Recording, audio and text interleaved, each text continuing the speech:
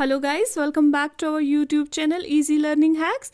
सो आज का हमारा टॉपिक है इन्वोकिंग फंडामेंटल राइट्स।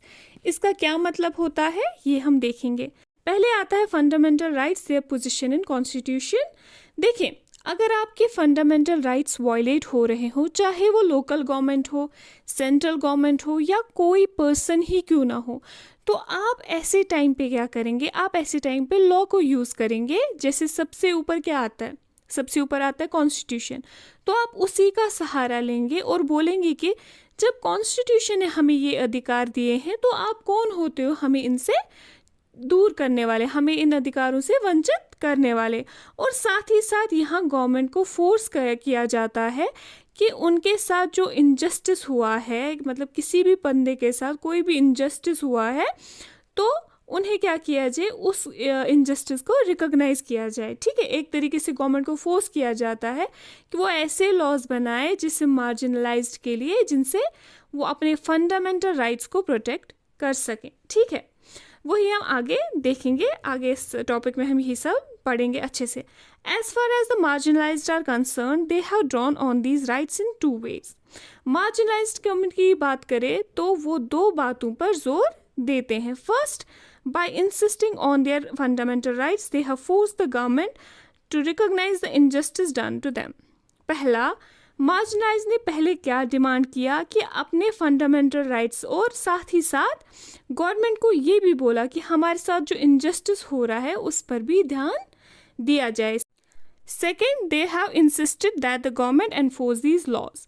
और गवर्नमेंट से डिमांड किया गया कि हमें प्रोटेक्शन दी जाए इन लॉज को एनफोर्स करके। ठीक है, therefore these struggles of the marginalized have influenced the government to frame new laws in keeping with the spirit of the fundamental rights. Example, Article 17 of the Constitution states that untouchability has been abolished. तो marginalised ने क्या किया? Marginalised के struggles को देख के government ने नए लॉज फ्रेम किए। फंडामेंटल राइट्स को ध्यान में रखते हुए उन्होंने नए लॉज फ्रेम किए। जैसे एग्जाम्पल, आर्टिकल 17 हमारे कॉन्स्टिट्यूशन में दिया गया है। उसमें क्या दिया है? उससे अनटचेबिलिटी जो है उसको एबॉलिश किया गया। अगर आप किसी पर्सन जैसे दलित्स वगैरह के साथ अनटचेबिलिटी इश्यूज हो जाए तो वो क्या करेंगे? वो गवर्नमेंट के पास जाएंगे और वो क्या कहेंगे कि देखो जी, मेरे फंडामेंटल राइट्स जो है उनका वायलेशन हुआ है और आप इन लोगों को पनिश कर दीजिए। ठीक है, related with the Article 15 of the Constitution notes that no citizen of India shall be discriminated against on the basis of religion, race, caste, sex or place of birth. अब आप इसे आर्टिकल 15 के साथ relate करें, article 17 को 15 के साथ relate करें। आर्टिकल 15 क्या बोलता है कि किसी भी सिटीजन को डिस्क्रिमिनेट ना किया जाए, चाहे रिलीजन, कास्ट, सेक्स, रेस के बेसिस पे हो। किसी भी बेस पे आप उनको डिस्क्रिमिनेट नहीं कर सकते। जैसे हमने अभी दलित्स का एग्जाम्पल लिया कि अगर ऐसा होगा कि मान लीजिए कि दलित्स किसी जगह पे रह रहे हो और वहाँ पे एक सेम वेल में से लोग पानी निकाल रहे हैं, सेम कुएं में से पानी निकाल रहे हैं पीने का पानी, तो बट उसके बाद क्या है कि वो दलित्स को वहाँ पे आने नहीं देते हैं, उनको बोलते हैं कि आप अनटचेबल्स हो। अगर उनके साथ ऐसा किया जाएगा तो उन्हें वायलेशन के बेसिस पे उन्हें पनिश किया जाएगा। आपके फंडामेंटल राइट्स को कोई वायलेट नहीं कर सकता है। ठीक है, तो इस तरह से आर्टिकल 17 और 15 हमें प्रोटेक्शन देते हैं इन सब चीज़ों के। Therefore, using the provisions in the Constitution, Dalits can invoke or draw on a fundamental rights in situations where they feel that they have been treated badly by some individual or community or even by the government.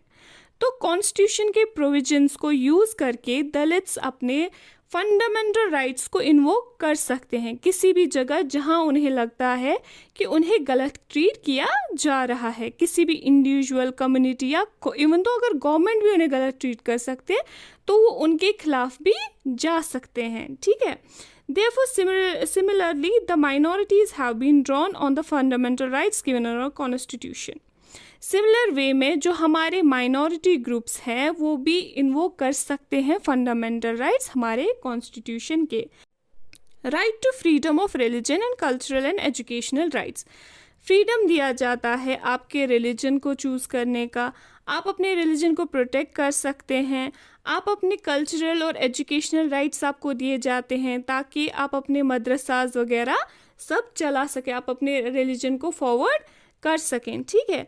तो constitution tries to ensure cultural justice to such groups. Constitution क्या करता है, cultural justice भी देता है ऐसे groups को, ताकि इन माइनॉरिटी ग्रुप्स का जो कल्चर है उसे डोमिनेट या वाइप आउट ना किया जाए मेजॉरिटी ग्रुप्स की वजह से। आई होप आपको ये सब समझ आ गया हो, क्लियर हो गया हो। इसी के साथ हमारा ये टॉपिक ख़त्म हो जाता है।